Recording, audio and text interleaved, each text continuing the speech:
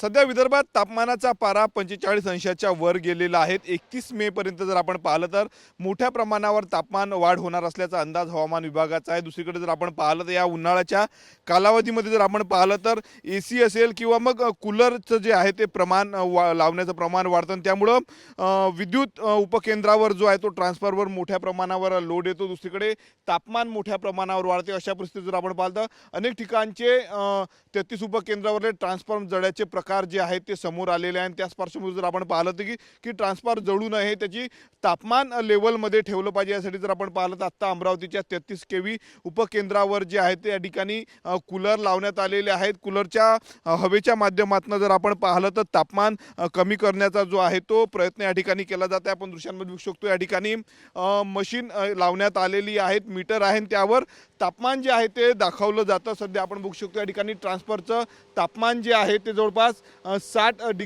50 डिग्रीपर्यंत या ठिकाणी आपल्याला पाहायला मिळतं। ते जर जवळपास 70 डिग्रीपर्यंत जर गेलं उन्हाळ्यामध्ये तर ट्रान्सफॉर्मर जळू शकतं किंवा मग लोड येऊन जे आहे ते संपूर्ण विद्युत पुरवठा खंड होऊ शकतो। त्याच पार्श्वभूमीवर काळजी जी आहे ती सध्या महावितरणच्या वतीनं घेतली जात आहे। आपल्यासोबत या ठिकाणी कर्मचारी आहेत। काका काय सांगणार, काय कारण आहे लावण्याचं? हे ट्रान्सफॉर्मरला कूलर लावण्याचं कारण एकच आहे का नॉर्मल टेम्परेचरपेक्षा टेम्परेचर आपलं कमी झालेलं पाहिजे। कारण उन्हाळ्यामध्ये हे टेम्परेचर 70-75 डिग्रीपर्यंत जातो। त्यानंतर ट्रान्सफॉर्मर हा आपला ट्रिप होऊ शकतो। ट्रिप झाल्यानंतर मग चालू करण्यासाठी त्याला टेम्परेचर नॉर्मल व्हायला वेळ लागतो। कूलर लावले तर हे ट्रिपच होणार नाही, हे ट्रिप होणार नाही। त्यामुळे हे आपण कूलर त्याला लावणे जरुरी आहे उन्हाळ्यामध्ये। किती दिवस कूलर चालतात या उन्हाळ्याच्या काळात? हे आपले 2 महिने 2 ते 2.5 महिन्यापर्यंत कूलर चालतात। 24 तास? 24 तास।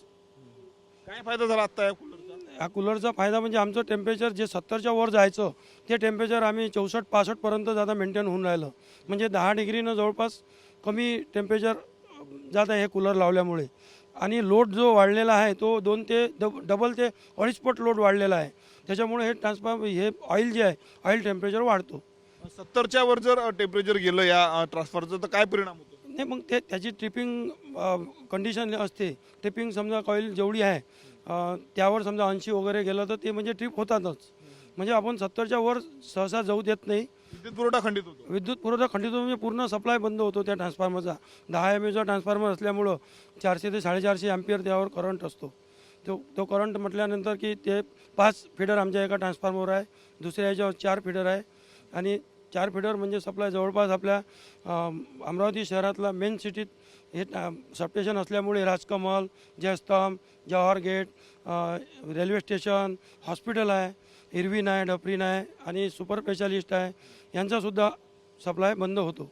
नक्कीच आपण बघू शकतो या ठिकाणी महावितरणच्या वतीनं अशा पद्धतीनं जी आहे ती काळजी घेतली जाते। तापमान जर वाढलं 70 अंशाच्या समोर गेलं तापमान या संपूर्ण ट्रान्सफॉर्मरचं तर विद्युत पुरवठा खंडित होतो, स्ट्रीप लाईन संपूर्ण होते। त्यामुळे या ठिकाणी अशा पद्धतीनं 24 तास जे आहे ते जवळपास उन्हाळ्यात 2 ते 2.5 महिने अशा पद्धतीनं कूलरच्या माध्यमातून जो आहे तो थंडावा दिला जातो आहे। राज्यातल्या अनेक भागामध्ये उपकेंद्र अशाच पद्धतीनं जर आता आपण पाहिलं तर कूलर लावून जे आहे ते ट्रान्सफरला थंडावा देऊन त्याचं तापमान कमी केलं जात आहे। कॅमेरामन निकेत दहातोंडेसह मी स्वप्नील उमप, TV9 मराठी, अमरावती।